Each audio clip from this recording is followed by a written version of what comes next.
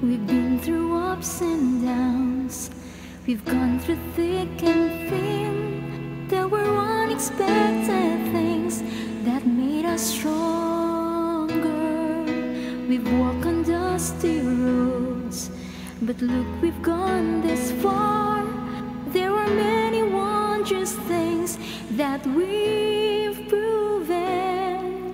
In the midst of the storm, He'll never leave us. In the eye of a hurricane, we'll be safe. As long as we're inside His great and mighty hands, all the battles of our lives we will prevail.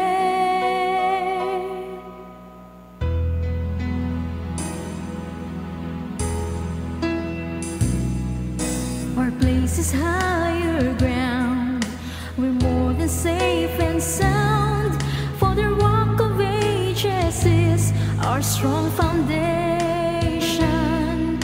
His love's our endless home, that's where we all belong, and His arms will shield us everywhere we go. In the midst of the storm, He'll never leave us. In the eye of a hurricane, we'll be safe.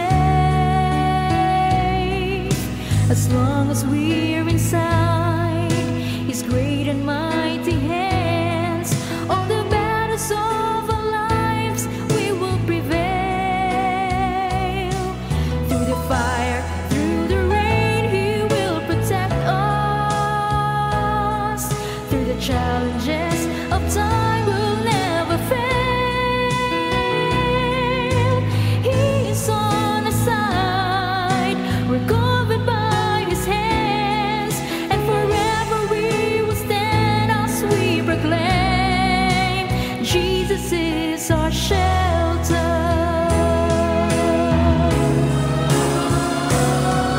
In the midst of the storm, He'll never leave us. In the eye of a hurricane, we'll be safe. As long as we're inside His great and mighty hands, all the battles of our lives we will prevail. Through the fire, through the rain, He will protect us. Through the challenges of time, we'll never fail. He's on our side, we're covered by His hands, and forever we will stand as we proclaim, Jesus is our shelter. He is on our side, we're covered by His hands, and forever we will stand as we proclaim, and forever we will stand as we proclaim, and forever we will stand as we proclaim, Jesus is our shelter.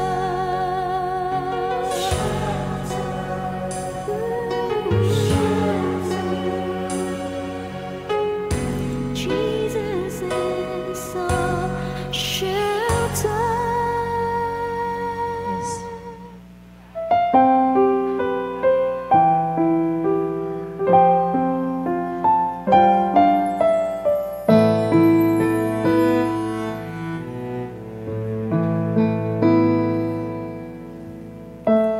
We have come from different families with different values, walks of life, and personalities. Here we are, we ignore what we have. We are one in the band of love.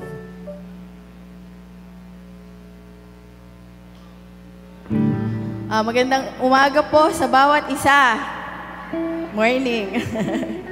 Bagamat yung boses po, sabi ko, I'm so excited sa 5th Sunday. Kasi pag 5th Sunday, sabi ko, kinuha ko na yun eh. Sabi ko, throwback tayo pag 5th Sunday.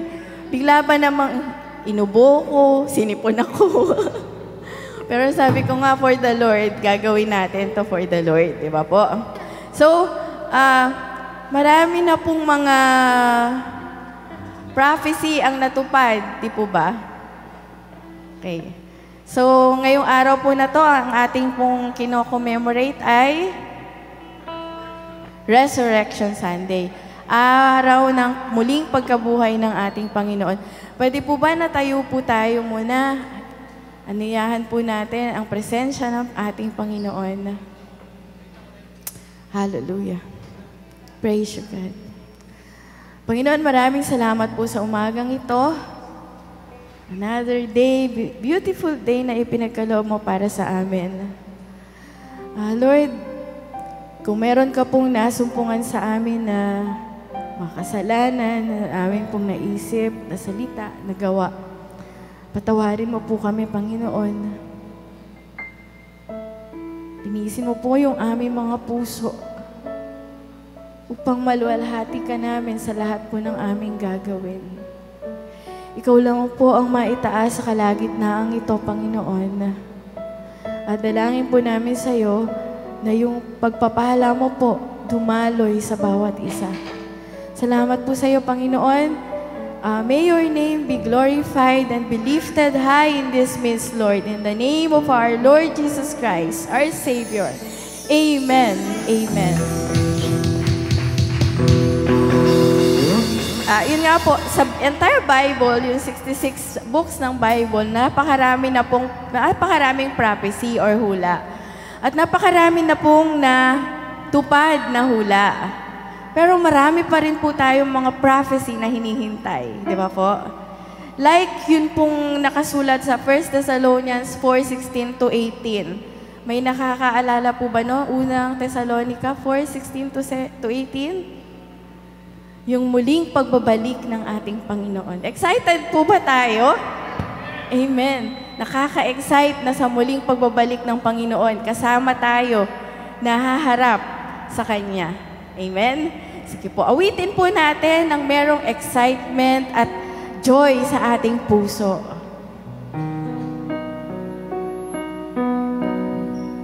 Sa pagtunog ng trumpeta,